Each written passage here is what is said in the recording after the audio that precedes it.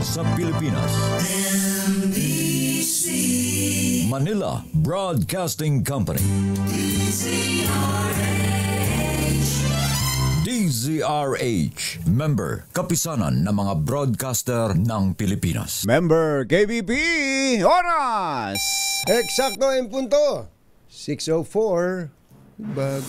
Balitang makatotohanan. Balitang maaasahan. ACS Balita. Walang makakaligtas. Walang makakalampas. Saan mang sulok ng kapuluan. Luzon, Visayas hanggang Kamindanawan. Basta't may balita. Ipagwagwagan ng sikat na tagapagbalita. ACS Balita. Kasama ang 2x2 tandem Anthony Taberna at Jerry Baha. ACS Balita.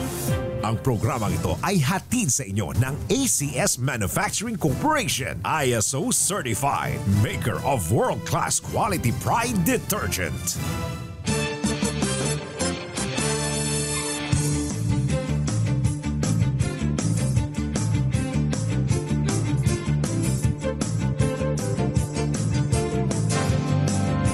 Araw ng Friday, October 10, 2025. Narito na po ang ulo ng ating ACS Balita. 5 pang hotel sa Pilipinas na kasama sa Michelin Guide Awards. Ateneo University of the Philippines nananatili bilang top university sa Pilipinas sa 2026 The World Rankings. Pagbuwag sa DPWH isinusulong ni Senator Win Gatchalian. EPA ipinagtanggol ang 170 million pesos na body cam project. Itinanggi na overprice ang proyekto. Trillion peso march kontra korupsyon ikinakasa tuwing Biyernes. At hepe ng Santa Ana Police Station sa Cagayan inireklamo ng kalaswaan, acts of lasciviousness ng isang bagitong lady cop. Ano? Mario, nauuso to nauuso ah. Magandang umaga Luzon, Visayas, Mindanao. Good morning Philippines. Hello world. Kami po ang inyong mga tagapaghatid balita. Ito po si Anthony Taberna. Ito po si Jerry Baha. At ito ang ACS Balita. Sa detalye ng ating mga balita, ACS Good News. 5 pang luxury hotel sa Pilipinas ang kinilala at napasama sa prestigyosong Michelin Guide Hotels list. Ala ko, gumagawa lang ito ng gulong. No? Namimili rin pala ng mahuhusay na restaurant. Ano? Dahil dito, umakyat na sa 11 ang bilang ng mga hotel sa bansa na nasa Michelin Guide list. Masaya naman ang Department of Tourism sa pagkakasama ng 5 pang hotel sa Pilipinas. Ito po ay kinabibilangan ng Fairmont Makati, Manila Marriott Hotel, sa Newport World's Resort, Soler Resort, Entertainment City, Raffles Makati at Shangri-La The Fort Manila. Yung Fairmont tsaka yung Raffles magkahiwalay pala yun, ano? Magkahiwala, ganun. Oo. Naalala ko tuloy Fairmont. Oo. Merong lumapit sa akin dyan na gwardiya Oo. Sabi niya, sir, may kwan dito. May nagtutulak ng trolley dun sa dire-diretso. Nun din daw. Nagtutulak ng? Trolley, may... May dalang maraming bag na ano? Maraming maleta. Naalala ko naman doon yung yung chef diyan sa Fairmont. Oo, laging nakikinig sa 2x2. Ayon sa Department of Tourism, ang pagkilala ng France-based travel guide ay hindi lamang nagpapatibay sa posisyon ng Pilipinas bilang isang destinasyon na mapagpipilian para sa world-class hotel at mga karanasan sa turismo, kundi pinagtitibay din ang kilalang mainit at husay nito sa pagdating sa pakikitungo o yung hospitality na nagsisilbing tanda ng tourism brand ng Pilipinas sa ilalim ng Marcos administration. Ang nasabing mga hotel ay karagdagan sa 6 na iba pang hotel na una nang kinilala ng Michelin Guide noong 2024. Kabilang dito ang Admiral Hotel, Manila, M Gallery. O yun dito. Yung Admiral. Yung Admiral Hotel, ano? Aman Pulo sa Palawan, Crimson Resort and Spa Mactan, Hotel Okura in Manila, Nay Palad Hideaway sa Siargao at ang The Peninsula Manila. Alas 6:09 na ng umaga na imbag gabigat kada kayo amin na po. Agreeing kayo, gising na. Nananatiling top universities ng bansa ang Ateneo de Manila University at University of the Philippines.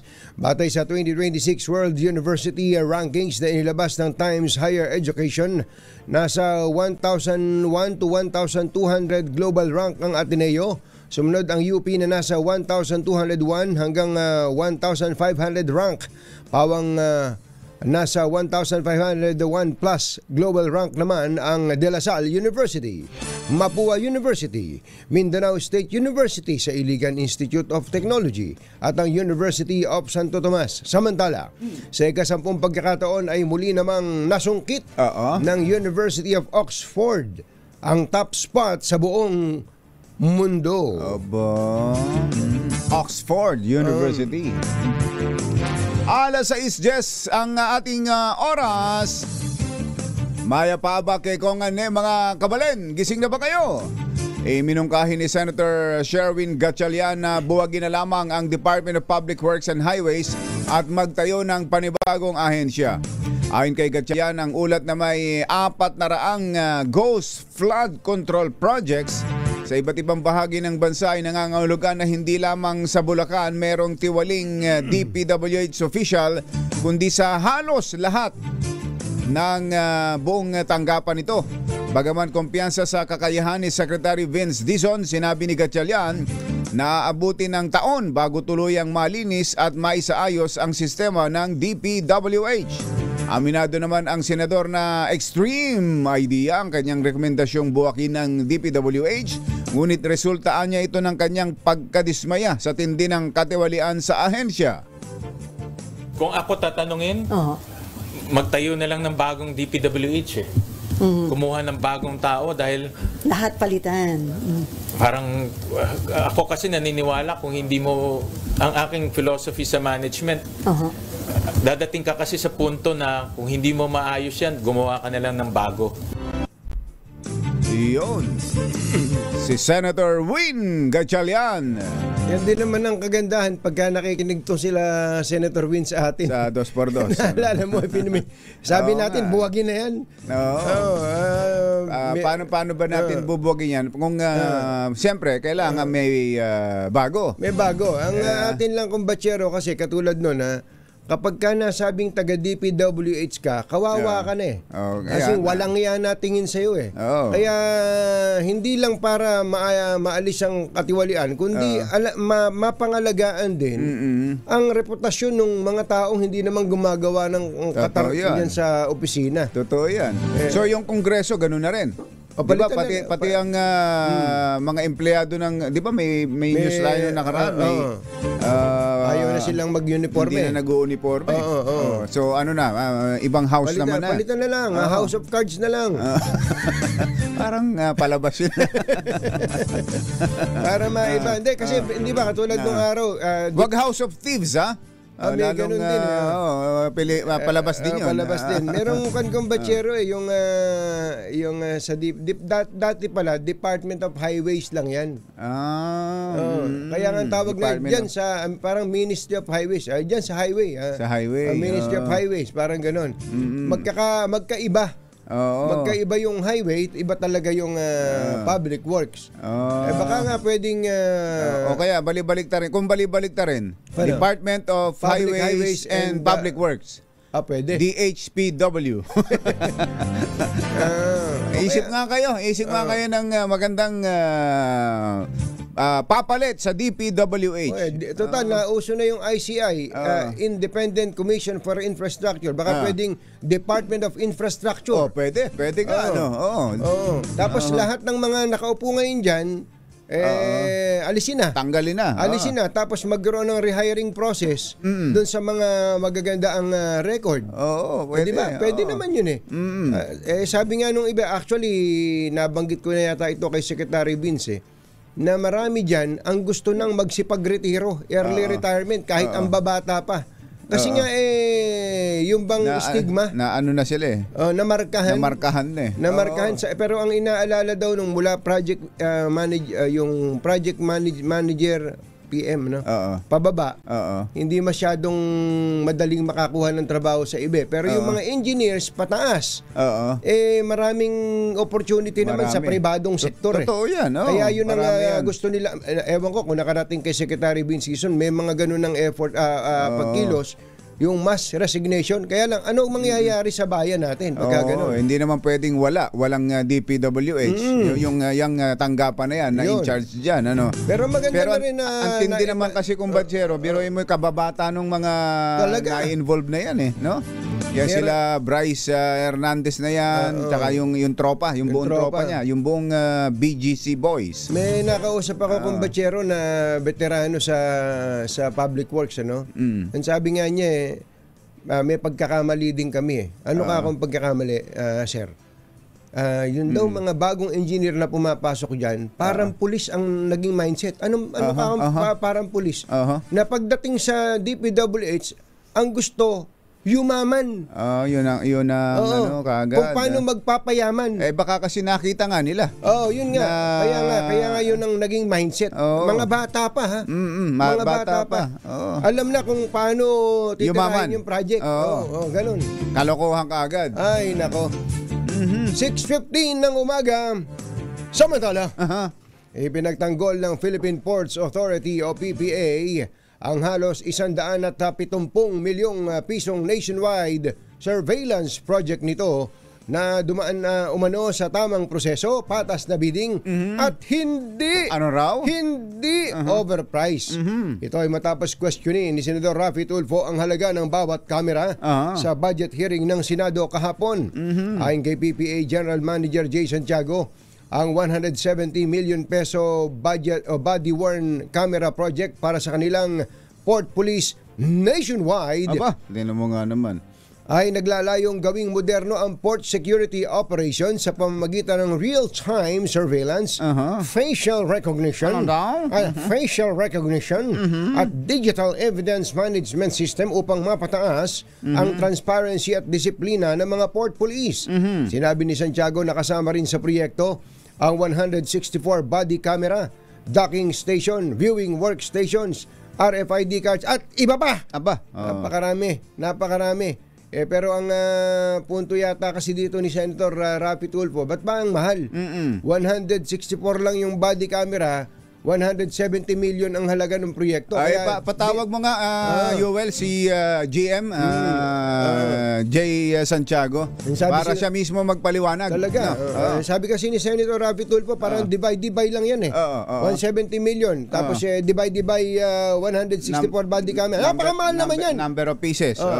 And ang pinapaliwanag ngayon ni GM Jay Santiago, hindi lang naman body camera yan. Yun na nga. Mamaya, ipapadetali natin sa kanya. Alas 6:17 ang ating oras. Maayong buntag kaninyong tanan, mga Bisaya, mata na maputiha. Gising na ba kayo? Ikinakasa ng trillion peso march ang lingguhang protesta kontra korupsyon tuwing araw ng Biyernes bilang bahagi ng build-up para sa November 30 nationwide rally.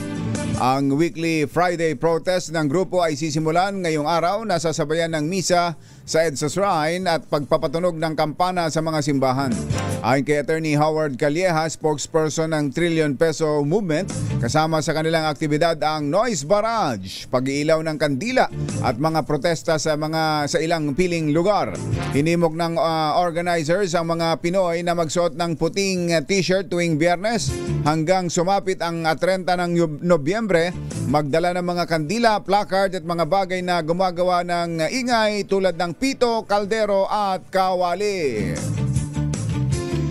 6:18 Achi ahya Mr. Jalom Tang Lakyam Chapwehun. Sa ibang balita, naharap sa kasong acts of lasciviousness ang acting chief ng Santa Ana Police Station sa Cagayan dahil sa umunay panghihipo sa isang bagitong policewoman. Ayon kay Regional Director General Antonio Maralag, sinibak na sa pwesto ang suspect na si Police Captain Noli Cipriano habang gumugulong ang investigasyon. Giit ni Maralag, nalaman lang nila ang reklamo ng mag-post sa social media ang biktima. Nag-ugat ito sa umanay panghihipo. Panghihipo ni Cipriano sa may bahaging dibdib ng biktima noong Oktubre 2. Sa ngayon ay pinaplantya na. Abay, nagplantya pa. Yan naman ang kagandahan. Anong Pinaplantya? Siguro nagusot yun. Baka yung uniforme nagusot. Si Ara, sabi ni Ara, sa ngayon ay pinaplantya na rin. Ang kaso, kaso. Ang kasong administratibo na ihahain laban sa naturang acting chief of police ng Santa Ana, Cagayan. Susunod! Dito po. Bukod sa flood control, meron pa bang projects? Meron pa bang ibang iimbestigahan ang ICI, Independent Commission for Infrastructure? Yan at iba pang mga nagbabagang balita sa pagpapatuloy ng ACS Balita. alas 6:20.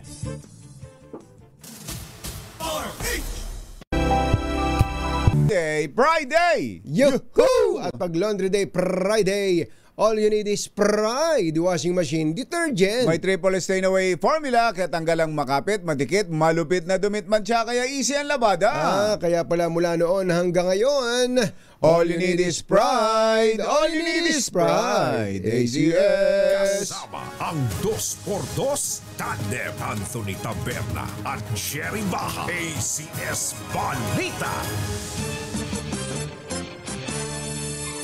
Alas 6:23 ang ating oras. Tuloy ang ACS Balita. Bukas ang Malacanang na paimbestigahan din sa Independent Commission for Infrastructure ang iba pang questionableng proyekto ng pamahalaan. Kasunod dito ng mga lumutang na umano'y haunted hospitals ng Department of Health at extremely overpriced farm-to-market roads ng Department of Agriculture. Ayon kay Palace Press Officer Claire Castro, lahat ng maanumalyang proyektong pang-infrastruktura ay maaring busisiin ng komisyon. Git ni Castro, ang anumang kaukulang dokumento hinggil sa mga ito'y maaring maisumite sa ICI para agad na maipatawag ang mga sangkot. Mga dokumento, maaari naman po ito ibigay agad sa ICI para kung sino po yung mga concern ng mga tao dito at involved ay maaari po agad maipatawag para magkaroon ng mas mabilis ang pag-iimbestiga. Si Palace Press Officer Claire Castro. Alas 6:24 na ng umaga, maupay nga aga mga kasangkayan, mga kabugtuan, mata na kamo, gising na. Tiniyak ni Customs Commissioner Ariel Nepomuceno.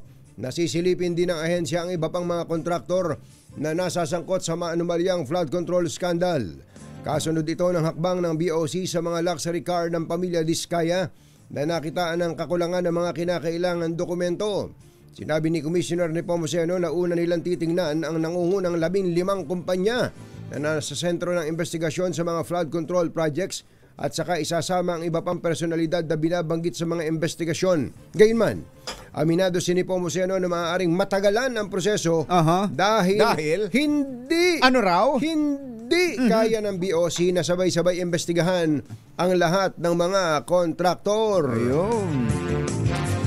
Pwede nilang unahin na yung mga sikat sa social media, kumpatsero. Yun, mismo. Andiyan naman Yung mga nagpapasikat. Yung mga nagpasikat ng kanilang mga mamahaling sasakyan. Pinlaunt sa social media. Ayun. Doon pa lang ay huli na kaagad. Huli. Tulad ng mga ang Diskaya, doon din nadali, di ba? Sa social media. Sa social media rin. Pinamamaratot. Pinangangalandakan kasi. Ayun. Alas 6:26 ang ating oras. Diyos maray na aga sa Indugabos, mga Bicolano. Mata na mo, gising na.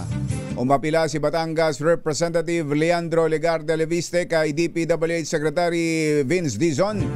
Maglabas ng bagong presyo ng mga proyekto ng ahensya na mas mababa ng 25% bago maaprobahan ang panukalang budget.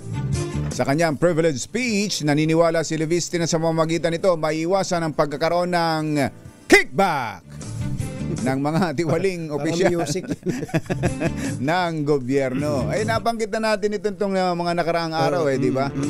Papadetali natin ito kay tawagan mo nga si Congressman Levisti. Baka gusto na rin niyang bukod sa bawasan ng budget, yung halaga ng mga proyekto, baka may naiisip na rin siyang pangalan sa Department of na pwedeng ipalit sa DPWH, ano? Ayan. Mamaya makakausap natin. Samantala, good news! Nakakuha na po ng right of way ang Department of Transportation mula sa 6 na lugar sa Kalumpit, Bulacan hanggang Clark, Pampanga para makumpleto ang North-South Commuter Railway o NSCR system. Kabilang sa mga ito ang matatagpuan sa kababata mo. Sa San Marcos. Ronnie Borja. Ito na, makinig ka mabuti. Makinig ka. Annalisa Punsalan, ating Christy. Ating Christy. Alam niyo ba na pwede kang tumira sa Riles? Ito na. Kabilang po sa mga ito ang matatagpuan sa Clark International Airport, SM Clark, Barangay Pulong-Bulo sa Angeles City, Pampanga, Barangay Santo Niño sa San Fernando, Pampanga, Barangay San Vicente sa Apalit, Pampanga, at Barangay Iba Este sa Kalumpit, Bulacan. So hindi San Marcos to. Kasama yan, Bombachero.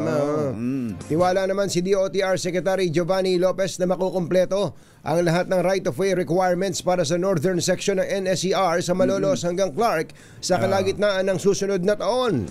Target din ng ahensya na makumpleto ang right-of-way acquisition para sa 9 na istasyon sa southern section sa Disyembre. Dati naman na talaga kasing may release dyan. May release dyan. Sa matagal na panahon ay napayagan ng maraming kababayan natin na tumira doon sa gilid. Yes. Yung palang release na yan, parte niyan, sakop niya ng property ng PNR hanggang doon sa gilid ng highway. Sa pagitan ng release at ng highway, ando ng mga kabahayan, nakahilera yan, kumbachero. Yung home along the Riles. Yung home, pero malaki kasi yung space na yon. Kaya marami nang nanirahan. Ewan ko lang kung napatituluhan ng iba. Magaling yun. Napatituluhan yung kung napatituluhan nila yan. PNR. Pero ang magaling naman sa ginagawa ngayon ni Secretary Banoy tsaka ng PNR, hindi nila binabawi lahat. Kung ano lang yung importante para dito sa North Rail, yun lang ang kukunin. Sana. Ayan. Kaya nga may mga lumapit sa atin na para sila'y mapagbigyan. Dahil tulad nung isang lumapit, 4 na pulgada lang nung bahay niya, na extension ng bahay niya, ang tinamaan. So ibig sabihin, mas malaking parte ng bahay niya ay mananatili. Ang sinasabi daw kasi nung mga gumagawa doon, yung integrity ng bahay baka maapektuhan. Sabi nitong lumapit sa atin, hindi extension lang ho yun. CB lang. CB lang yung tatamaan na yun, na 4 na pulgada lang nung CB. Ayan. So pwede yan. Inaayos ni Secretary Banoy Lopez. Tama. Samantala, dinipensahan ng Integrated Bar of the Philippines ang iginawad nilang Golden Pillar of Law Award kay dating Pangulong Rodrigo Duterte. Ito ay matapos mapabilang si Duterte sa nasa 600 abogadong nakatanggap ng nasabing parangal mula sa IBP. Subok na matibay. Subok na matatag. Paliwanag ni Attorney Katrina Mordenio, Communications Director ng IBP, ginagawad nilang naturang parangal para sa kanilang mga miyembro na 50 taon o higit nang nagpa-practice ng abogasya. Hindi rin umano may tuturing ang parangal bilang moral endorsement o legal absolution kay Duterte sa gitna ng mga kinakaharap nitong kaso. Exempted na sa lahat ng number coding scheme ang lahat ng uri ng electric vehicles. Ayon po sa Department of Energy, alinsunod ito sa Electric Vehicle Development Act o EVIDA na nagbibigay ng exemption. May batas pala talaga. So hindi na kailangang isa-isang magpunta sa DOE para humingi ng certification. Hindi, meron ng batas yan eh. Oh. Exempted po ang electric na sasakyan mula sa mandatory number coding na ipinatutupad ng MMDA. Tsaka exempted na yan sa pagpapakarga ng gasolina. Ayan, hindi naman lahat ng EV, merong hybrid. Yung hybrid, Yung pwede. hybrid, Kung gusto nila. Kung gusto ninyo. Kung gusto nyo, wag na kayong magpakarga. Pwede rin. Kaya lang, maubusan kayong baterya sa gitna ng kalsada. Saklaw po na exemption ang lahat ng electric vehicles gaya ng battery electric vehicles, hybrid electric vehicles, plug-in hybrid electric vehicles, Ayan, at light electric vehicles. Tiniyak ng DOE na mananatili silang committed sa epektibong implementasyon ng EVIDA at sa transisyon ng bansa patungo sa sustainable at low-emission mobility. Noong isang araw kasi may nabasa akong news na ang gusto ng Highway Patrol ng HPG ay kumuha pa ng may ganong naging news na kumuha muna ng certification mula sa DOE ang lahat ng mga gumagamit ng ng ganyang sasakyan, electric vehicle, kumbatsero, para malibre sa number coding. Yung pala may batas. May batas. So hindi na kailangan. Tsaka alam naman meron pala kasing mga gumagamit ng green plate. May nameke na naman. Nameke ng green plate para palitawing EV sila. Ayun. Pero alam naman ng natin alam naman ng mga taga-highway patrol yan kung EV ang isang sasakyan o hindi. Kaya ayun. Yung binabanggit na kailangan kumuha pa ng certification mula sa DOE, wala na nun. Wala na yun. Wala na. Ayos na. Naghatid ng kabuuan ng ating ACS Balita. Ito po si Jerry Baha. Ito po naman si Anthony Taberna. Kasama ang 2x2 Tandem Anthony Taberna at Jerry Baha. ACS Balita. Balitang makatotohanan. Balitang maaasahan. ACS Balita. Ang programang ito ay hatid sa inyo ng ACS Manufacturing Corporation, ISO certified, maker ng world-class quality Pride detergent. This time check is brought. Humahagupit, lumalatay na komentaryo sa himpapawid. 2x2. Walang takot sa paghimay sa masalimuot na isyu ng bayan. 2x2. Humahataw na mga balita at impormasyon. 2x2. Ating damhin, ating lasapin ang hagupit na 2x2.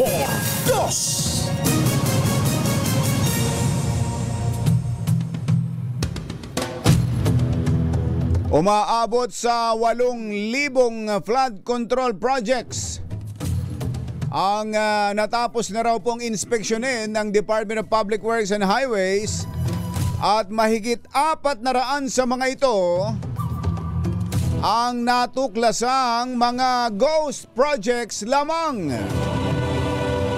Ito ang ibinunyag ni DPWH sa Secretary Vince Dizon sa kanyang pakikipagpulong sa Independent Commission for Infrastructure. Ayon kay Dizon, ang na-validate nilang mga ghost projects, katulong ang PNP, AFP at the Department of Economy and Planning Development, sa pag-inspeksyon ay umaabot sa 421 na matatagpuan sa iba't ibang panig ng bansa. Pinakamarami ay dito sa Luzon. Kinumpirma din ni Secretary Dizon sa nasabing mga proyekto. Kabilang sa nasabing mga proyekto ay kinontrata ng mga government contractor na una ng pinangalanan na sangkot sa mga maanumalyang flood control projects. Isyu ng bayan. Katotohanan. 2x2. At maitim ang balak, magtago ka na. 2x2. Si Jerry at si Anthony, narito na. 2x2. Hahataw ng todo, urado ka. 2x2. Ang katotohanan, dala nila. 2x2. Walang sinasamba pali, maniwala ka. 2x2. Hataw ng gusto, tol, umasa ka. 2x2. 2x2.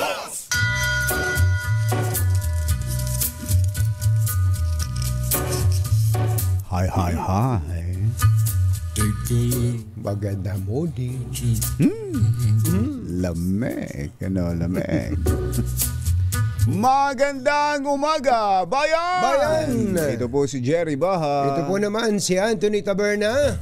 Muli pong sumasa inyo ang 2x2 sa umagang ito ng Friday! Yuhuu! Friday nga po ngayon, October 10. How are you, mga textmates, mga text partners, mga kapamilya, kapuso, kapatid, kabarkada? Mapapalundag talaga tayo kaagad kapag sa gitna ng mga issue ng flood control projects, makakabalita pa tayo ng iba pang mga proyektong mukhang sinalaula. Tulad ng yung Haunted Hospitals, Farm to Market Roads.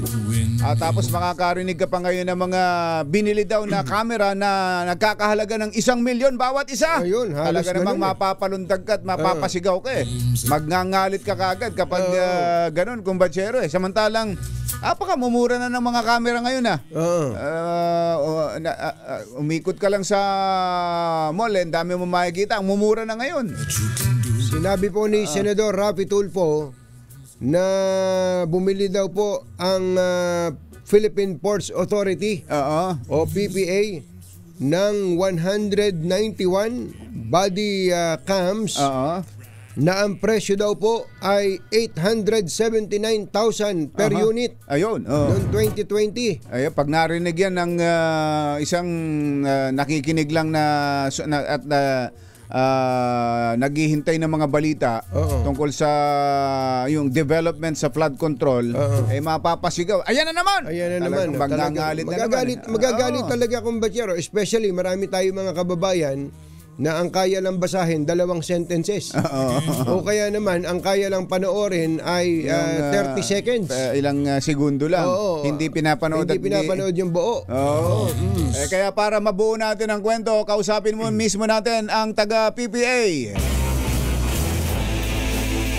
Si GM J. Santiago ng Philippine Ports Authority. GMJ, magandang morning! Si Ka Jerry at si Ka Tunying po ito. Magandang umaga po, Ka Jerry at Ka Tunying, at magandang umaga rin po sa lahat ng nanonood at nakikinig sa atin ngayong umagang ito. Totoo po ba yun, GM? Halos 1 milyon ang body cam na binili ninyo, ang halaga? Well, Ka Jerry, actually, unfortunately po, mukhang mali po yata yung mathematics na nagamit po nung staff po ni Senator Tulfo nung nabigay po sa kanya yung datos. Dahil bagamat totoo po na yung pong proyektong yan ay 168 million pesos po na ang unang phase po ay 191 cameras. Yung po ang binili po natin na sistema po dyan, hindi lamang po yung mga maliliit na camera, yan po ay may back-end po yan, yung tinatawag natin na connectivity po na IP or Internet Protocol Connectivity, Satellite Connectivity. Meron po yung Network Operation Center na kung saan may servers po yan. Meron po yung 2-year and 5-year warranty, depende po sa equipment. Meron po yung mga hardware, meron po yung software, at may training po yan. So hindi lamang po yung camera, para ba Katunying, Ka Jerry, ikinumpara ko po yan. The simplest analogy na naisip ko po ay bumili ka po ng isang sasakyan at meron pong 4 na gulong po at tinanong sa'yo, magkano ba ang kada isang gulong? Ang ginawa mo po ay yung presyo ng buong sasakyan, divide mo sa 4 na gulong. Talaga po magmamahal yung gulong na yun kung ganun po ang klase ng pagkukompute na gagawin mo.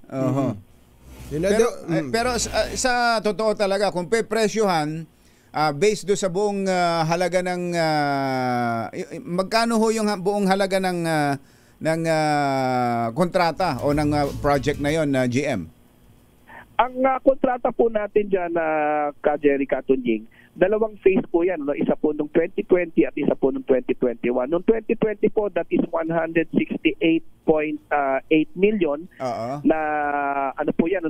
Ang bahagi po niyan, ulitin ko po, bahagi lamang ay 194 cameras na dinidistribute po nationwide. Kasama po yung back-end dyan, yung sa Network Operation Center po, pati mga servers.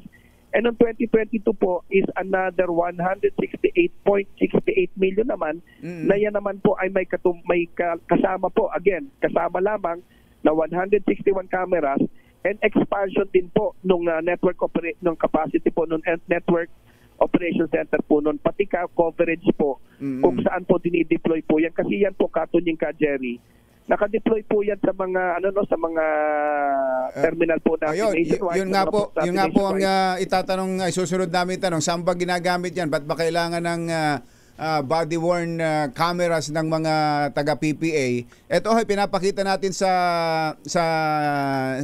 screen natin. Ito pala naka-strap sa katawan ng isang tauhan ng PPA, police, yung port police, ng port police.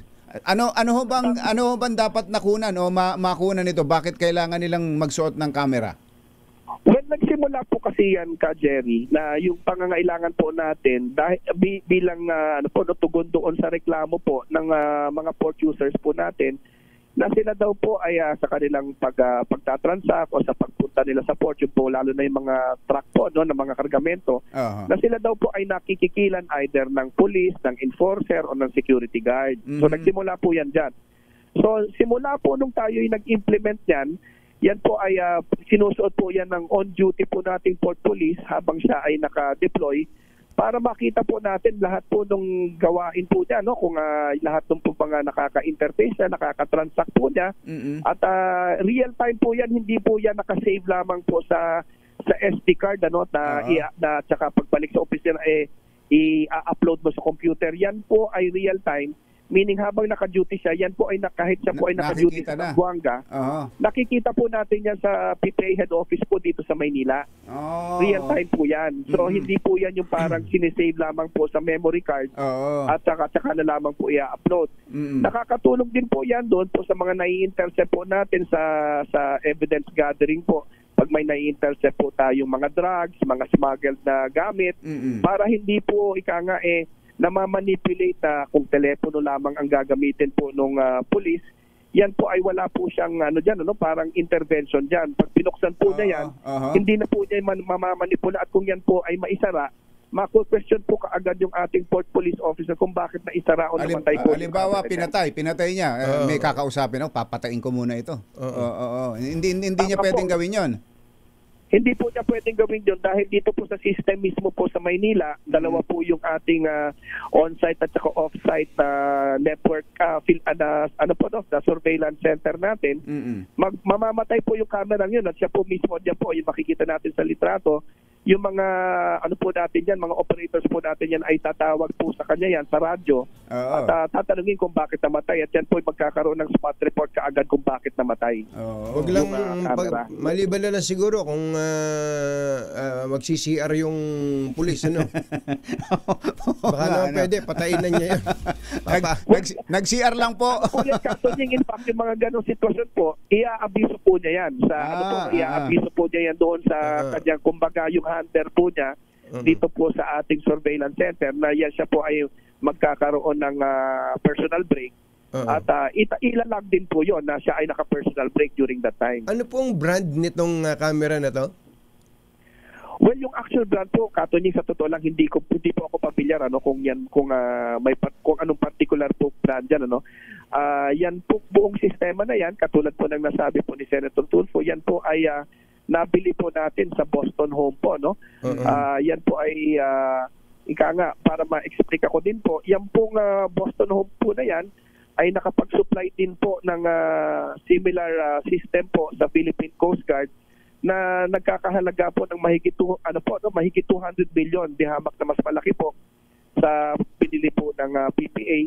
At yan po same na Boston Home po as late as June 2024, katunying ka Jerry, ay nakapag-supply pa po yan, although ibang equipment naman po sa Bangko Sentral ng Pilipinas na nagkakahalaga po ng 1.1 billion. So para lamang po maipakita na hindi lamang naman po PPA ang bumibili po dito sa supplier na to, at ito po ay supplier na may kredibilidad po kung ang pati nga po ang ating Bangko Sentral ay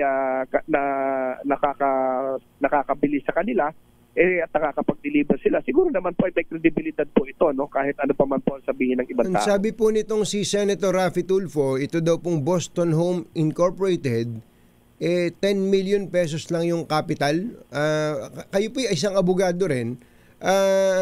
Kung ang isang kumpanya po ang kanyang SEC registered capital ay 10 million pesos, paano po siya mabibigyan ng makakasali sa isang bidding ng for a project that is almost 1 billion pesos halimbawa? Well, unang-una po kasi, Katunying, yan po sinasabing paid up capital po na yan, na 10 million pesos. Apo. Hindi po yan relevant sa procurement laws po natin. Ano? Ang relevant lamang po sa procurement laws natin ay kung yung po bang kontratista ay meron pong rehistro sa PhilGEPS, yung Philippine Government Electronic Procurement System. At yan pong, kung ano man pong dokumentasyon, ang sinasabit po ng mga government suppliers or contractors sa PhilGEPS, yan po ay ina-assess ng PhilGEPS at sasabihin po ng PhilGEPS kung hanggang gaano kalaking kontrata ang pwede mo bang pasukan. At ang pinakamalaki po yata or pinakamataas na antas ng accreditation ng PhilGEPS ay yung pong platinum. At yan pong Boston Home, sa akin pong pagkakaalam, ay meron pong platinum accreditation o platinum registration. And based on that po, based on the PhilGEPS accreditation po, yan lamang po ang tinitingnan ng mga ahensya. Kasi nga po, yung atin mismong batas, ay tinanggalan po ng diskresyon yung mga ahensya na magkaroon ng subjectivity sa sa pag-assess po nung qualification. So hindi po relevant sa amin yan.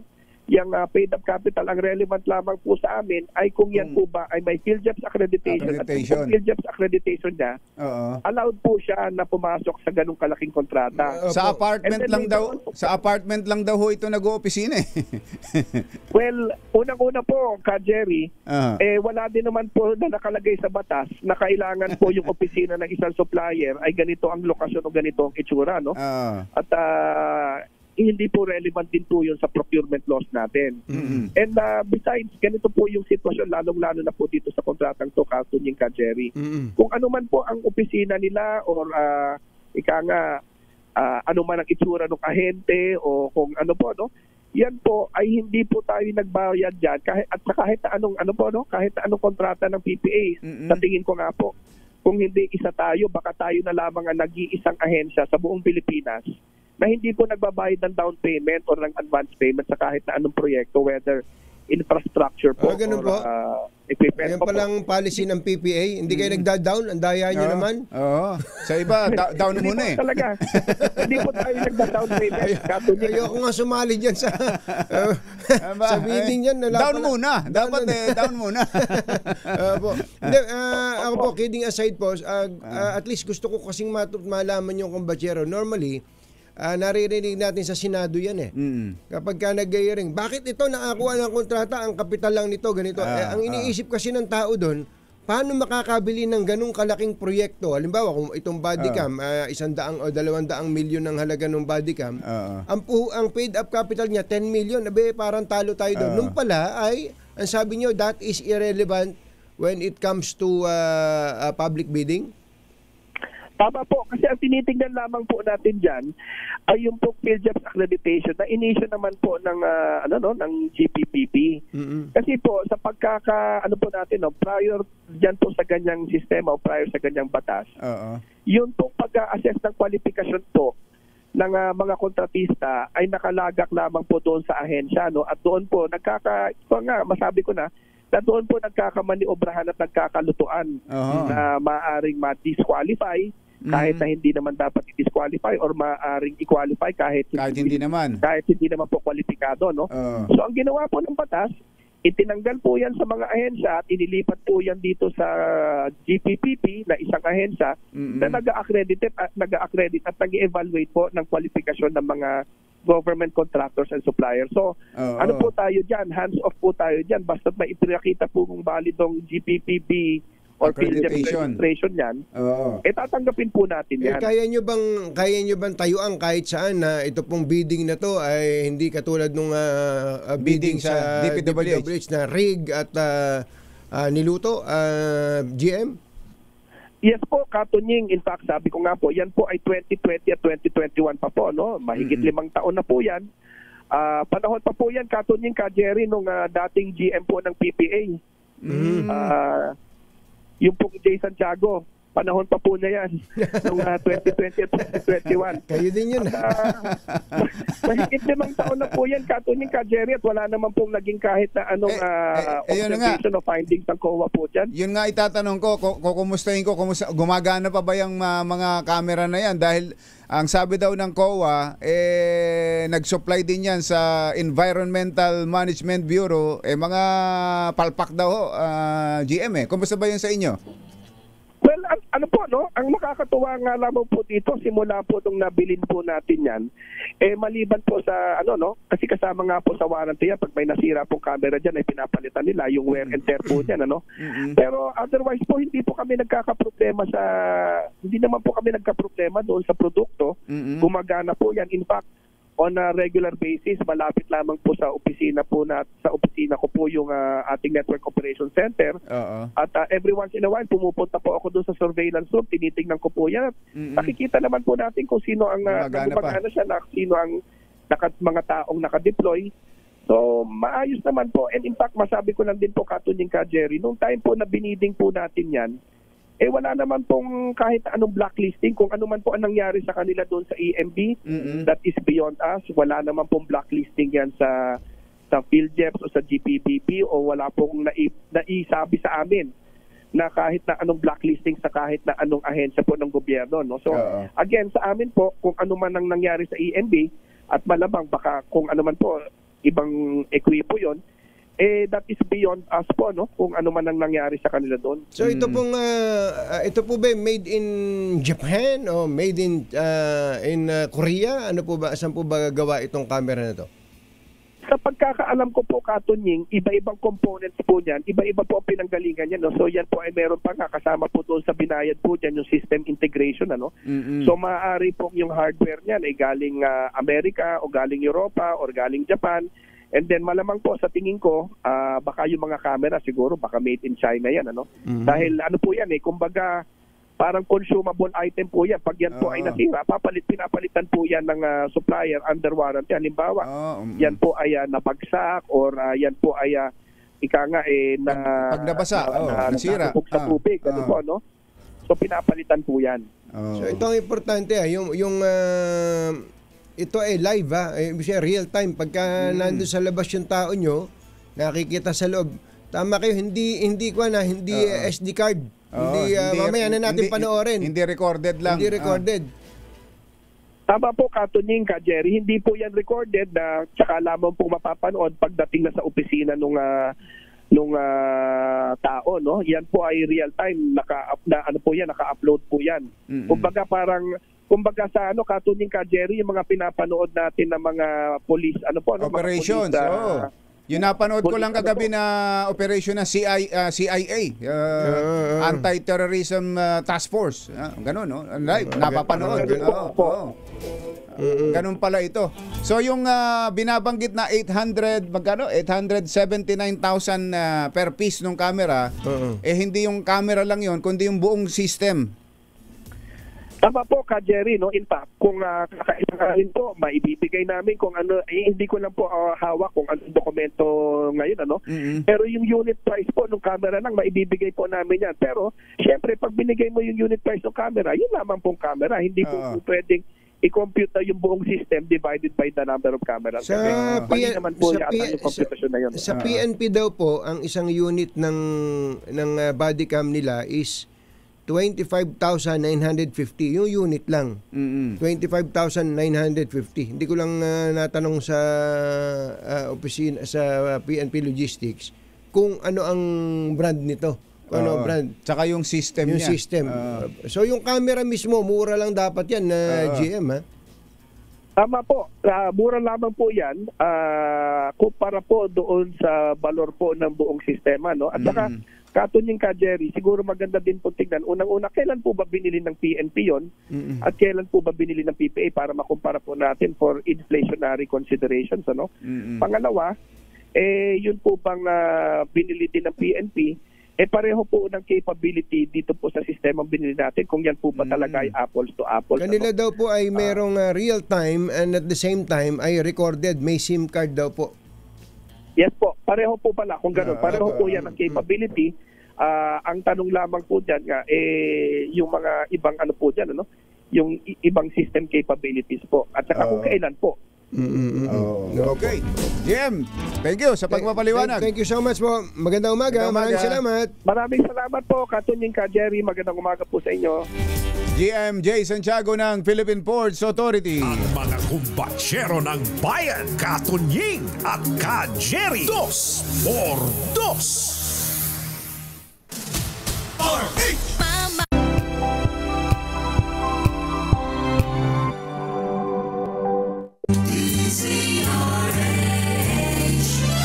DZRH, member, kapisanan ng mga broadcaster ng Pilipinas. Member KBP, oras! Kapopoy, 3 minuto na makalipas ang 7 ng umaga. Balitang bagong-bago. Balitang dapat alam mo. Balitang magdadagdag ng talino. Dahil bagong impormasyon, makibalita. Unang-una sa DZRH. Pangunahing balita. Kasama ang 2x2 tandem nina Anthony Taberna at Jerry Baha. Araw ng Friday, October 10, 2025. Narito na po ang ulo ng ating mga pangunahing balita. 8,000 infrastructure projects natapos ng inspeksyonin ng DPWH. Mahigit sa 400 natuklasang ghost projects. Formally scandal bubuhayin ng bagong ombudsman. Pera, kalusugan, trabaho ay tinuturing ng mga pangunahing sanhi ng stress ng karamihan sa mga Pinoy ayon sa SWS survey. Konsehal ng Maynila ay nireklamo ang kapwa konsehal ng sexual harassment. Ano? Guro at 5 estudyante sugatan nang bumagsak ang kisame ng classroom sa Davao City. At 20 milyong pisong halaga ng marijuana na lambat ng mga mangingisda sa West Philippine Sea. Magandang umaga Luzon, Visayas, Mindanao. Good morning Philippines. Hello world. Kami po ang inyong mga tagapaghatid balita. Ito po si Anthony Taberna. Ito po si Jerry Baha. At ito ang Pangunahing balita. Alas 7:05 ang ating oras. Sa detalye ng ating mga balita, puntahan muna natin, kumbatsero. Nasa linya na pa natin, kasama natin via Zoom si Batangas 1st District Representative Congressman Leandro Levistre. Congressman Levistre, magandang morning! Magandang morning po. Kumusta po, Congressman? Mabuti po. Opo, may natanggap akong message sa inyo. Madaling araw na yun ha. Natulog na ba kayo? Opo. Mukhang talagang nagpupuyat kayo. Ano bang, para lang malaman namin ha, ano ba ang typical na araw ng isang Congressman Leviste sa pool nung kayo naging government official po?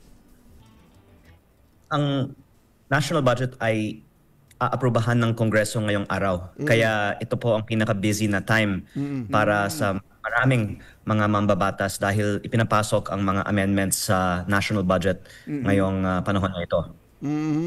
Kaya kayo nagpupuyat. Kaya kayo nagpupuyat para dito sa budget na to, no? Ako po, wala masyadong mga insertion pinapasok, pero iba sa ating mga kasamahan ay maraming ipinapasok ngayon. Sinagot nyo kagad. Tatanong pa lang namin kung magkano ang amendments o insertion ninyo. Sir, alam kong marami kayong na-report na tungkol sa mga insertions sa Kongreso. Ang isang gusto kong ilabas ngayon ay mas marami pa ang mga insertions sa National Expenditure Program na isinisumite ng DPWH. Ngayon po na maraming mga nanonood sa insertion sa Kongreso, doon na sa DPWH ipinapasok ang mga insertions. Paano po yun? Paano ginagawa yun, Congressman? Lumabas naman sa balita na si Tito Soto ay tinawagan daw ng isang opisyal ng DPWH kung meron siyang gustong ipasok.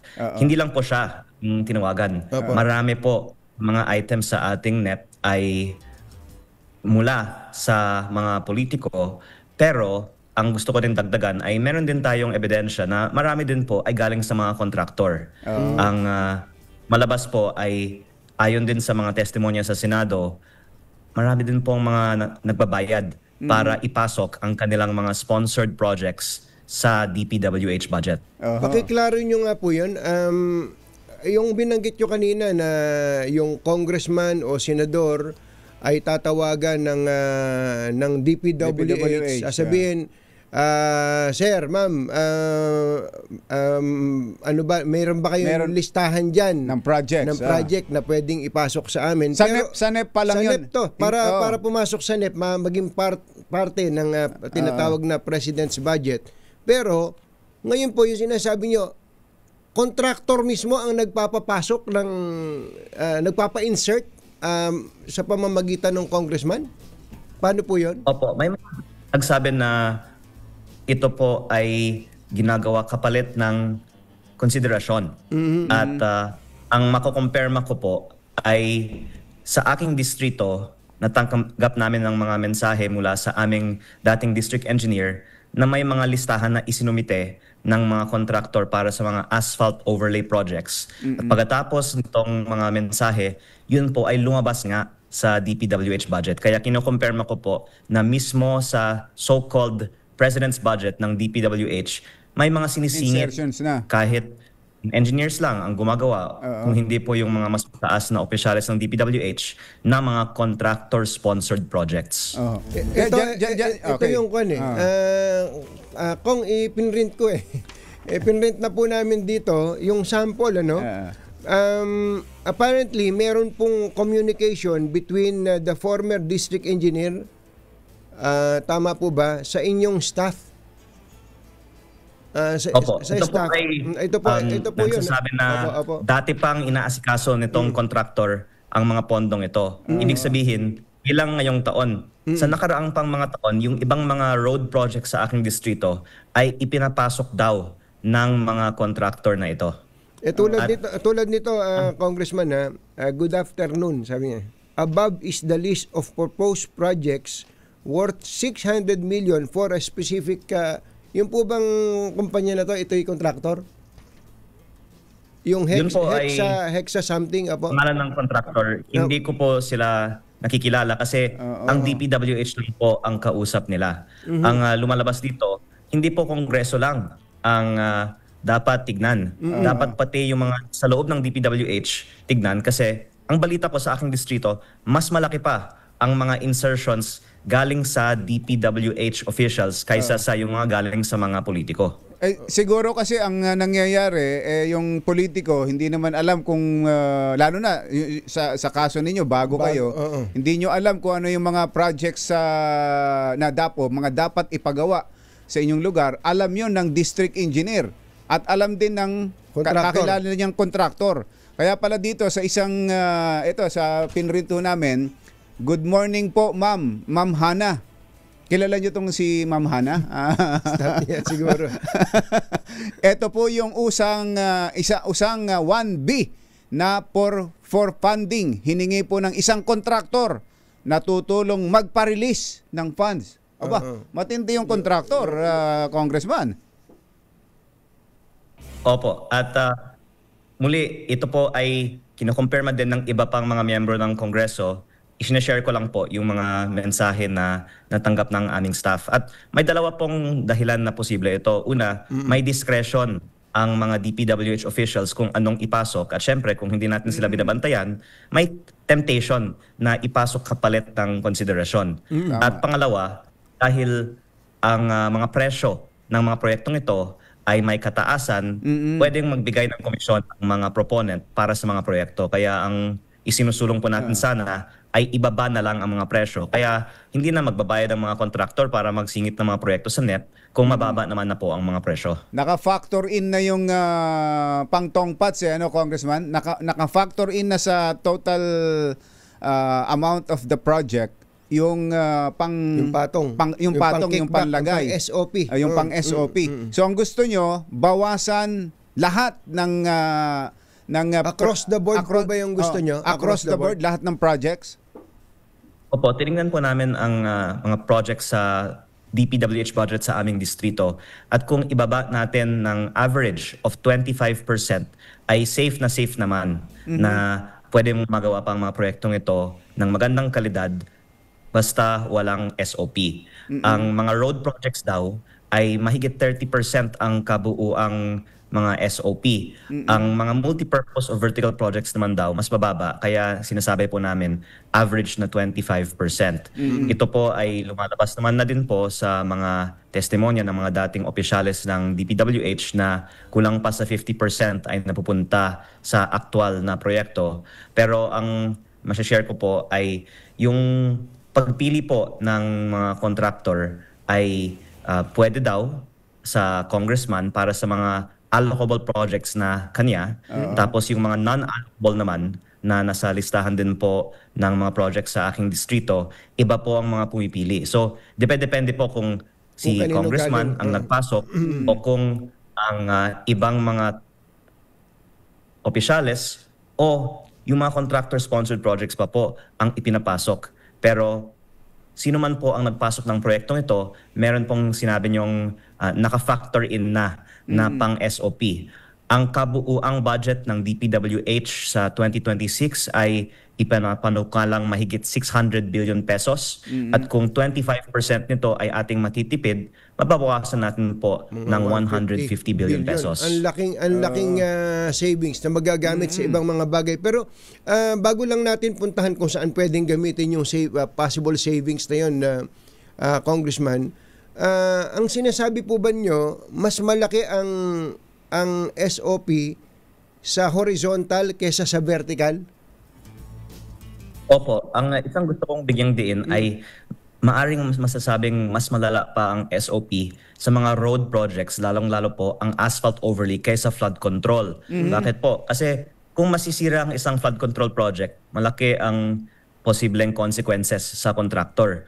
At marami pong mga dadamay na mga kababayan natin. Pero kung masisira naman ang isang road, mo lang ang paggawa. Kaya ang ibang mga asphalt overlay projects natin ay sinasabing ulit-ulit daw kahit hindi pa po sira ang daan. Kaya ako po ay linapitan ng iilang mga contractor nung ako po ay bagong halal pa lang at nagsabi sila sa akin na kung ibigay ko sa kanila ang mga road projects na sa DPWH budget ko, pwede akong bigyan ng up to 25% na kickback. So ang aking distrito ay may mahigit 1 billion pesos in road projects, mahigit 1.6 billion pesos in projects in total na ako po ang proponent bilang district congressman. Allocable po mga ito sa akin. At kung kukunin ko po sana ang 25%. Magkano? So 1. Yan po ay 400 million pesos. So kumbaga kung medyo madali lang kayong matukso, 400 million yun wala namang kahirap pero gagawin din naman yun. Ina-advance ba nila yun, Kong? Ina-advance ba? Hindi pa ginagawa yung project, ibibigay na? Ang sinabi po sa mga Senate hearings ay paglabas pa lang sa NEP, wala pa sa Kongreso, ay noon may mga nagbabayad na raw. Tapos pag pinapasa ng Kongreso sa House General Appropriations Bill, minsan meron din. Tapos pag final na po sa GAA o sa BICAM, doon po yung balanse. Ngayong araw po, ang period of amendments sa Monday, ang approval ng Kongreso ng House General Appropriations Bill. Pero sa tingin ko po, baka yung ibang mga kontraktor ingat na magbayad ngayon kasi mas mainit ngayon. Pero natin po kung pagkatapos ng approval ng BICAM report, kung meron pong mga gagawa ng ganyan. Pero ang importanteng tignan din is yung presyo. Kasi kung ibaba yung presyo ng mga proyekto, wala na pong magbabayad ng mga komisyon. Hindi na din iluluto yung mga bidding. Pero ang masasabi ko ay sa aking distrito, hinihiling ko po sa DPWH, yung 1.6 billion, gawin na lang nilang 1.2 billion. Kasi yung 25% na naka-factor in na pwede daw kunin ko bilang congressman kung pipiliin ko ang mga contractor at sila po ay magbibigay ng kickback, ay hindi ko po kukunin. Pero kung hindi ibaba ang presyo ng mga proyektong ito sa budget ng distrito ko, baka may iba pang kukuha. Baka yung mga PWH na gagawa ng mga bid na sinasabi ni former Yusek Bernardo ay almost 100% ay luto. Baka sila po ang pili ng contractor at sila ang kukuha ng para sa congressman. Kaya ang panukala ko, ibaba na lang natin yung presyo para hindi nila makuha. Congressman, saan ho kumukuha ng lakas ng loob? Bakit ganong kalakas ang loob ng mga contractors na ito na lapitan kayo at alokin ng, sabi nga, pag kinuwenta mo is that is 400 million pesos na SOP. Bakit tinangka nila kayong suhulan? Sabihin na natin suhulan, gayong alam naman nila na kayo ay bilyonaryo. Bakit ba ganito kalakas ang loob nila?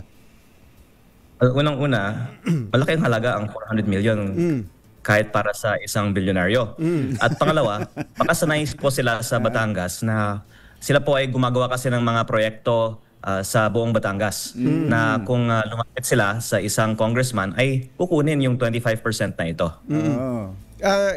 Ito po bang mga contractors na ito ay ilan sila at nagplano ba kayo na sila ay kasuhan o sampahan ng demanda? Unang-una, hindi ko naman po ma-prove na ito po ay inalok sa akin, pero ang masasabi ko ay ang kataasan ng presyo sa DPWH budget ay prima facie evidence. Evidence on the face of it that meron talaga pagbigay sa mga proponent. Kasi bakit naman halos doble ang presyo ng mga DPWH project kaysa sa mga privately done project? Baka naman kung ginagamit natin ang sarili nating pera, halos kalahati lang ang presyo per kilometer ng mga roads na ito. Pero kung hindi naman po ako mag-iimik, baka ibig sabihin, gusto ko na mataas.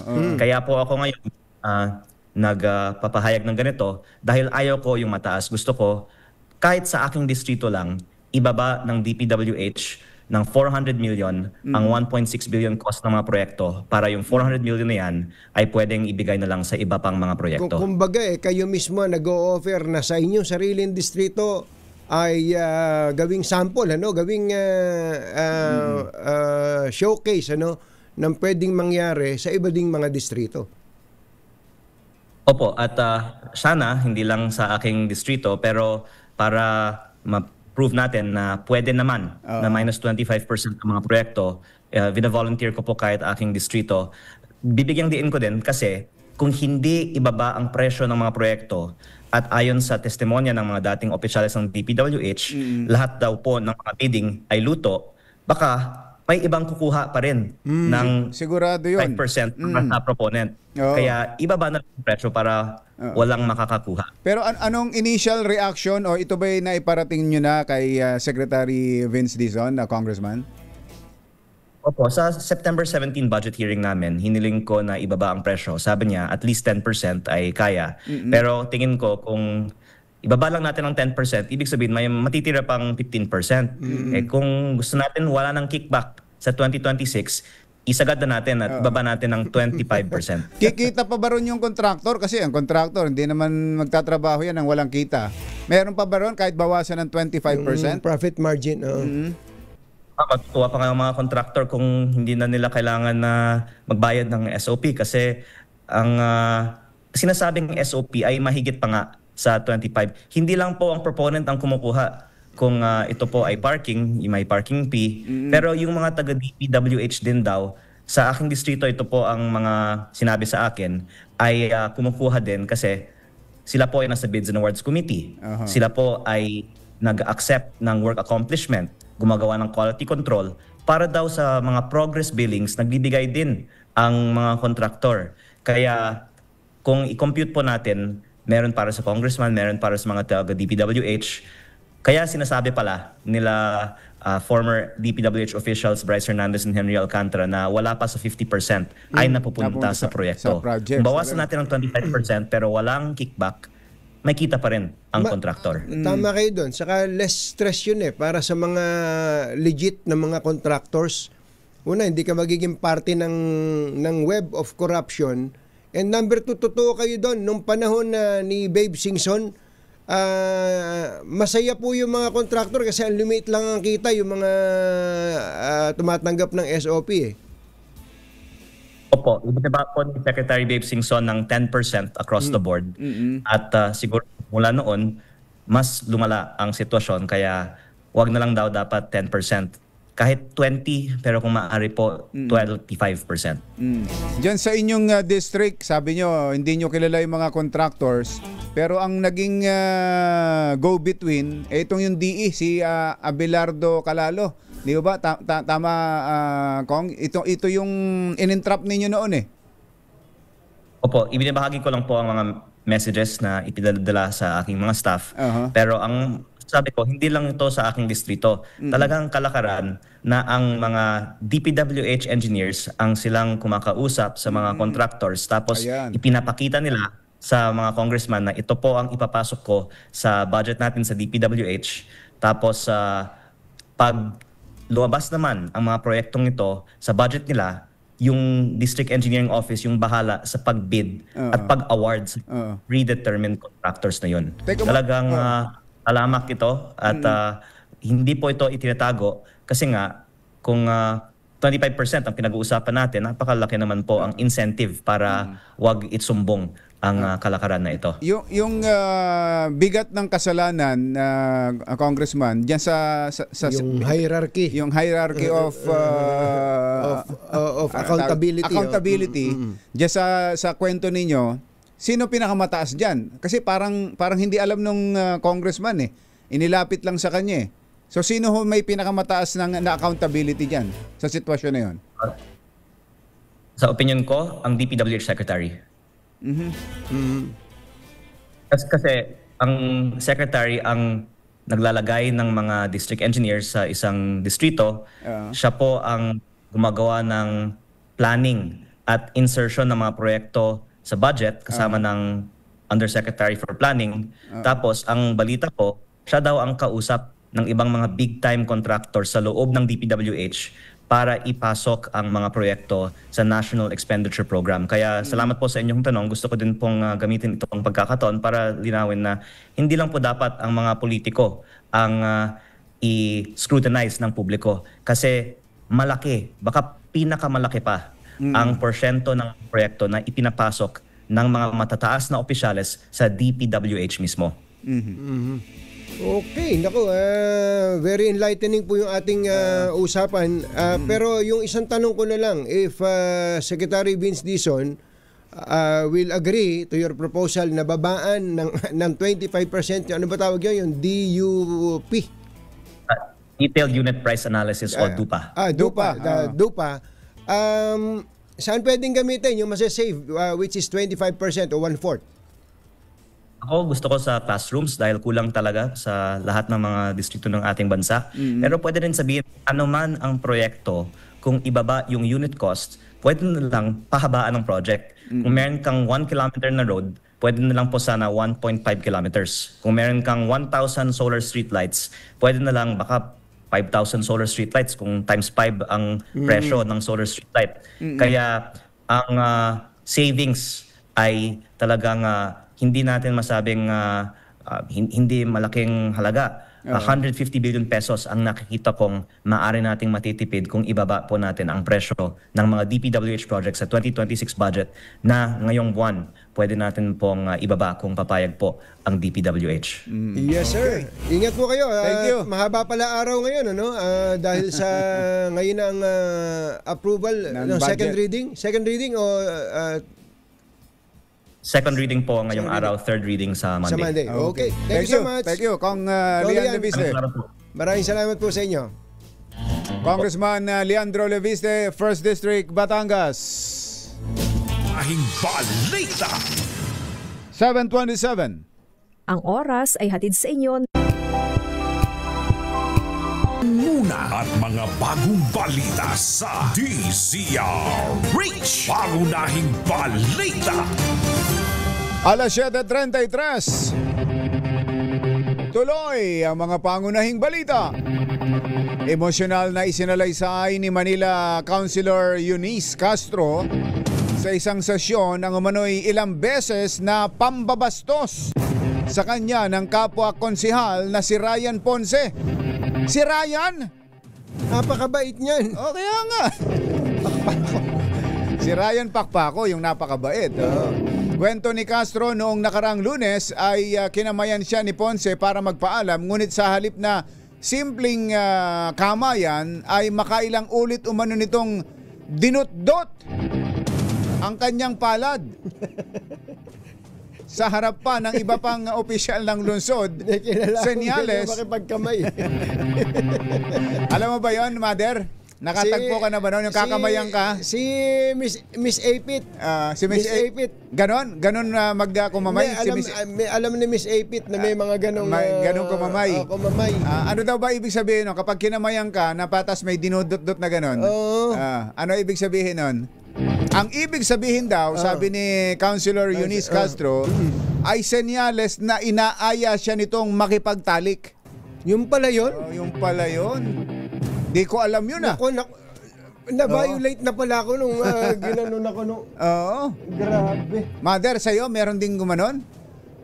Kinamayan ka tapos dinutdot na ganon? Si Aya daw. Si Aya. Aha. Marami rin anyang random messages si Konsehal Ryan Ponce sa kanya gaya ng good morning sexy. Aba. Naka-see-through ka kanina. Inaabangan ko ang suot mo. At patingin muna ng good morning face mo. At pantulog mo para good morning talaga. May pagkakataon din daw na sinabihan siya ni Ponce na subukan ng isang hindi siya pamilyar na uri ng massage. At nang i-search niya online na isa pala itong masahe sa ari ng babae. No, ganun? Nung araw na yon, hindi mo ako pinatulog. Ilang beses kong inulit-ulit yung ginawa mo sa kamay ko. Iniisip ko, may ginawa ba ako sa'yo?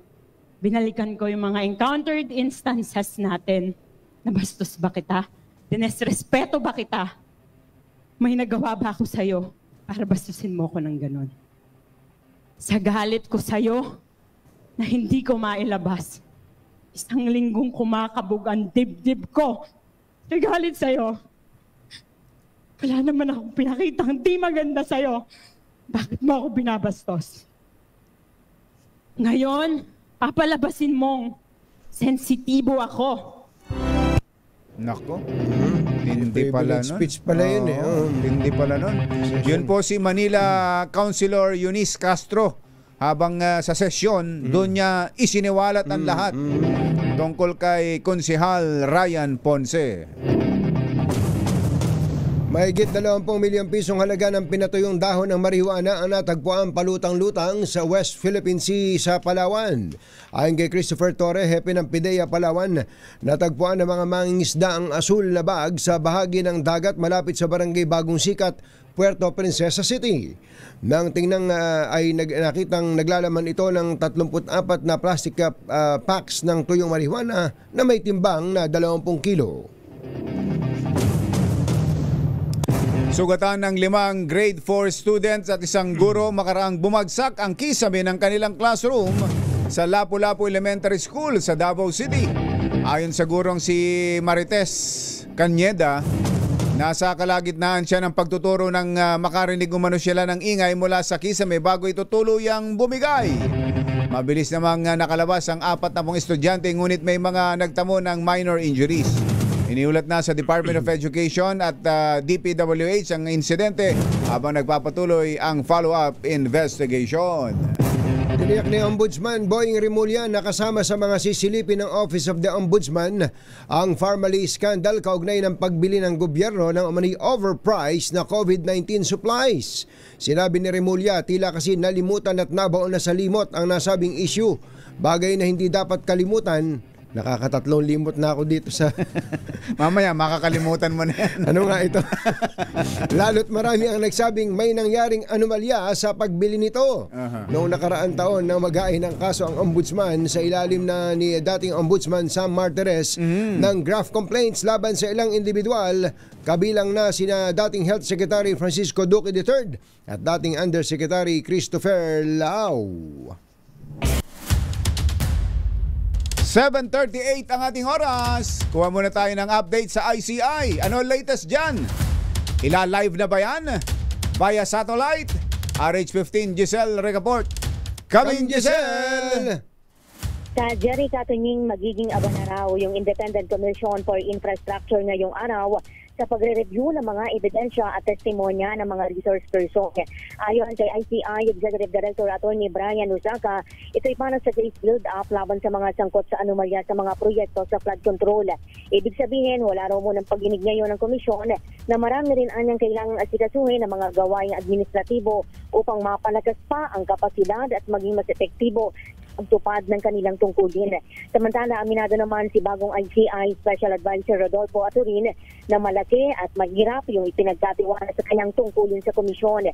Ito'y lalo paanyat si Baguio City Mayor Benjamin Magalong ang kanyang pinalitan sa posisyon.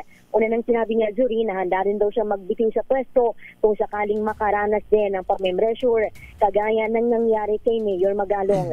Ito si Giselle Recaport para sa DZRH, una sa Pilipinas, una sa Pilipino. Thank you, Giselle! Mahigit 400 mula sa 8,000 flood control project sa bansa na na-inspeksyon ng DPWH ang nabistong hindi umiiral o ghost projects. Sinabi ni DPWH Secretary Vince Dizon, batay ito sa inisyal na inspeksyon na sinagawa ng PNP, AFP at Department of Economy, Planning and Development o Deb. Ano ba ito? Nakakalito naman ito. NEDA na lang ulit. Pwede ba? Deb. Oh, ang hirap eh. Deb. Bagamat hindi binanggit ni Dizon ang kabuang halaga ng proyekto, sinabi ng kalihim na karamihan dito ay matatagpuan sa Luzon, partikular sa Bulacan. Susunod! Dito po! Sino itong komedyante na lalo daw gumagaling at lalong nagiging maskwela kapag nakakainom? Aba? Magaling kumanta? Magaling makumanta yan? Magaling daw magpatawa. Yan at iba pang mga nagbabagang balita sa pagpapatuloy ng Pangunahing Balita. Alas 7:40. This time check is brought to you by AC. Reach! Pangunahing Balita. Yon. Kombatsero, napapansin mo ba na habang tumatanda mga magulang natin parang mabilis mapagod at parang laging walang ganang kumain? Nako, mismo. Mas ganado pa nga makichismis minsan kaysa sa pagkain. Tama ka dyan. Pero seryoso, delikado kapag kulang sa nutrisyon. Mahirap magkasakit ang mga seniors. Sinabi mo pa, kaya ako, ang ginagawa ko, kumbatsero, napakasimple lang. Binibigyan ko lang, pinapainom ko lang si Nanay Benny ng N+ Gold. Kompleto sa vitamins, minerals, healthy carbs at soy-based protein. Kaya hindi lang mas ganado kumain, mas ganado rin sa buhay. Ipakita ang tanda ng inyong pagmamahal with N+ Gold, available sa Mercury Drugstores at iba pang leading drugstores nationwide. Ito palang Department of Finance medyo pinapalundag sa kaligayahan itong si PAGCOR Chairman Altenco. Ang nai-remit pala ng PAGCOR sa National Treasury last year ay 12.7 billion. Ilan? 12. Engineer Tony Nanggel, 12.7 billion. Tinanggap po ng PAGCOR ang Certificate of Recognition sa ginanap na 2025 GOCC's Day sa Malacanang noong nakaraang buwan. Pumangatlo ang PAGCOR sa listahan ng mga GOCC na may pinakamalaking remittance noong nakaraang taon, kasunod ng Land Bank of the Philippines at Bangko Sentral ng Pilipinas. Yan. Doon daw sa remittance ito ng PAGCOR Kumbatsero ay 8.45 billion ay mandatory 50% share mula sa net income ng mga ahensya, habang 4.22 billion pesos naman ang advance remittance o paunang bayad na katumbas ng 25% ng susunod pang obligasyon. Kaya, Chairman Altenco, wala ba tayo dyan? Chairman, wala ba tayo dyan?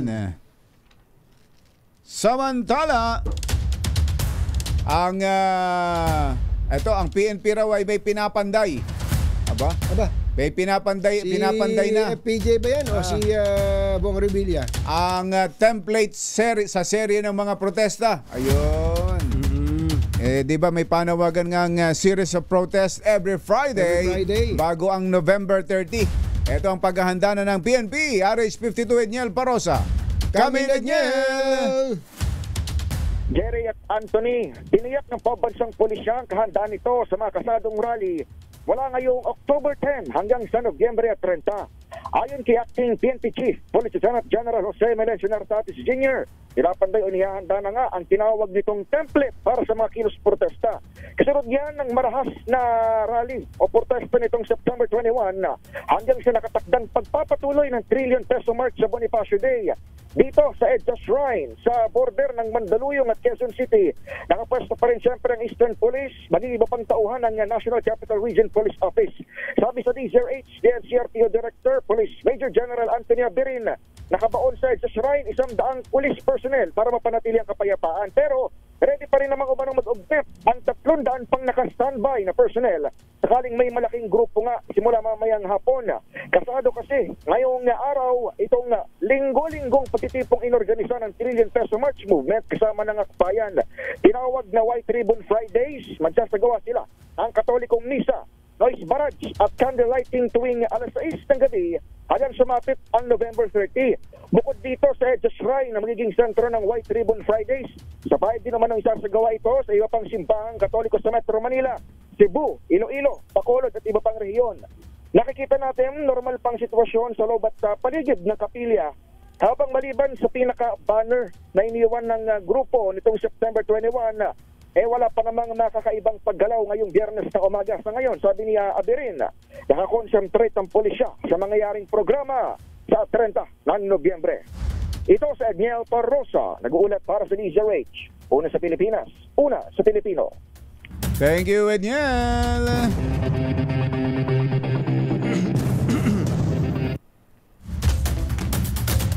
Ay, ano ba itong naghalo-halo? Naghalo-halo birthday pa naman ni tama-tama. Ating Ate ABC. Happy birthday. Ka-birthday mo pala si Kuyang Louie Rivera. Kuya Louie Rivera, ang OWA ng Palayan, Nueva Ecija. Kuya Louie, happy birthday. Kuya Louie, happy birthday. Attorney Ronnie Heron, magandang morning. Nakasubaybay siyang mabuti, tinututukan, kumpatsero. Itong yung kinukwento kanina ni Congressman Lian Lebiste na dun pa lang sa NEP ng habang ginagawa ang budget ng DPWH ay may insertion na. Hindi, totoo yan, kumpatsero. Meron talagang mga lumalakad yan Talaga, Yun nilalakad para makapasok sa NEP yung kanilang mga projects. At ang sabi pa nga iba niya, ako na bahala sa congressman. Basta maipasok nyo lang sa NEP. Talaga, at contractor yun, kaya hindi sa lahat ng pagkakataon ang may pinakamalaking kasalanan congressman o senador. Di ba? Doon sa kwento lang na yun ni Congressman Lian Leviste. Talagang merong ganun kasi lalo pat kung hindi talaga alam ng congressman o senador kung ano yung mga popontuhan sa isang partikular na lugar. Talaga. Sino nakakaalam yan? Yung district engineer, taga DPWH. Naalala ko na naman, dapat siguro maipaliwanag ng gusto tong binanggit kanina ni Kong Leviste, yung alokabol. Yung alokabol. Alokabol. Katulad nito, kumpatsero, ay yung alokabol. Yung alokabol, ibig sabihin, yun yung hinihingi listahan. Yung listahan ng mga ng DPWH. Halimbawa, pupunta kay senador. Senator, may mga project ka ba dyan? Ano ba mga project mo? Ayan, kukunin yun. Tapos may particular amount yun sa DPWH kung magkano yun. At doon ilalagay, doon ibabawas yung ibinibigay ng mga senador o mga congressman. Parang kanyon. Ang tawag doon ipapangalan na kay senador yun. Ipapangalan na kay senador. So ang nakakaalam nun, taga DPWH. Sa pagkakataong ito, yung binabanggit niyang tumawag kay Tito Sen, si Cathy Cabral. Yusek Cathy Cabral.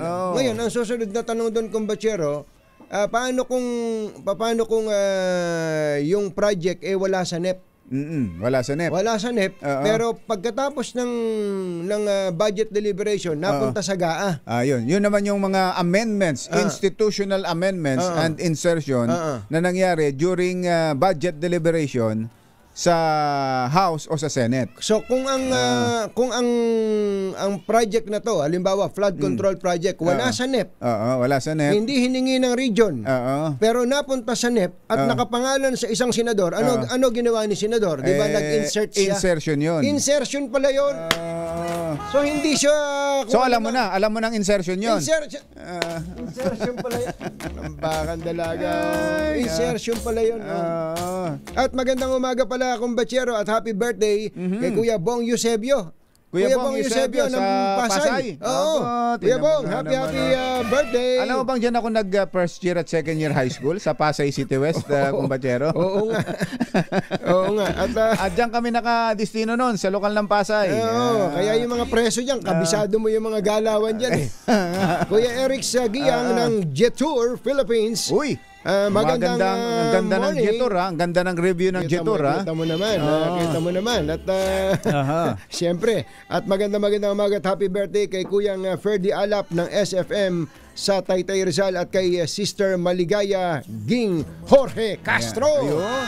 Baka may mga kailangan ng ayusin sa inyong mga bahay tulad ng bubong. Buti na lang may bubong na maaasahan. Gawa sa state-of-the-art technology. May aluminum na. May pintura pa. Now available na rin sa pre-painted tiles pan. Para sa eleganteng bubong na matibay na makulay pa, mag-Cherry Loom pre-painted ka na. Kumbachero, pindutin mo nga yung flash report mo dyan. Flash report? Pindutin mo. Asan na ba yun? Ito. Flash Report. Nagkaroon ng balasahan sa DOTR. Itinilaga ngayon ng Pangulong Bongbong Marcos bilang bagong chairman ng Land Transportation Franchising and Regulatory Board. LTFRB. Si LTO Chief Vigor Mendoza. From LTO to LTFRB. At inilagay naman bilang LTO Chief si Special Envoy for Transnational Crime Marcus Lacanilao. LTO Chief. At tinatanong nyo siguro si Teofilo Guadis III sa napunta. Siya po ay ilalagay bilang pinuno ng Office of the Transportation Cooperative. Ayan po ang at ngayong hapon alas 3 manunumpa na bilang LTFRB chairman si Vigor Mendoza. Ayun. Ayos. Latest. Flash Report. Ay, birthday din pala ni Tricia. Si Tricia Terada. Ay, Tricia. Ateng Tricia. Happy birthday. Tsaka si Cassie Dastas. Happy birthday. Ay, Cassie. Kaselo Lagmay. Magandang morning ka Jerry Labasan. Ayan. Kumusta kayo dyan? At si Kasoji Jimenez. Tsaka si Aya Jalomtan. Ayan. Eto na. Niyayanig ngayon kumbachero ng Cherry Auto Philippines ang 7-seater hybrid SUV market sa paglabas ng all-new Tigo REV Luxury Edition. Talaga naman, starting at just 1,528,000 pesos. Hatid ng all-new Cherry Tigo REV Luxury Edition ang high-tech na features, pogi at moderno ang itsura. At syempre sulit na sulit sa halaga. Ito ang tunay na game changer sa segment na ito. Meron po itong 1.5-liter turbo engine at pinagmamalaking Cherry Super Hybrid System. Meron din po itong 1,400 kilometer na combined EV at hybrid range. Kaya kahit road trip pa Bicol, kayang-kaya at hindi ito huhulihin ng highway patrol. Yun ang pinaka-importante dyan. Marami rin itong safety features tulad ng 14 Advanced Driver Assistance System kasama ang Adaptive Cruise Control at 540 degrees camera. Kaya handa ka na bang mag-upgrade, Kuya Eric Taberna? Ayan. Subukan na ang birthday boy. Subukan na ang Cherry Tigo REV LE.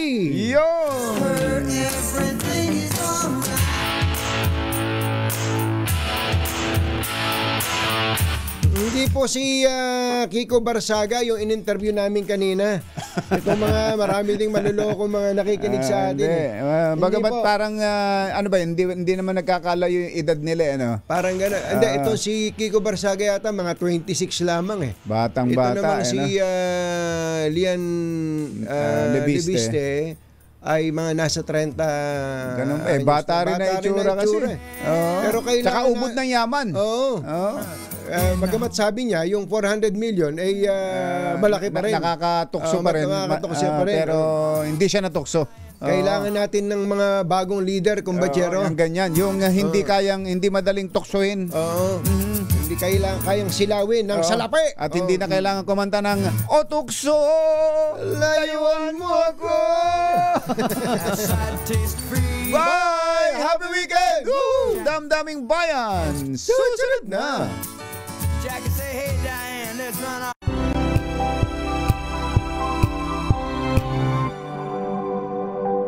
Sa loob ng 86 na taon, DZRH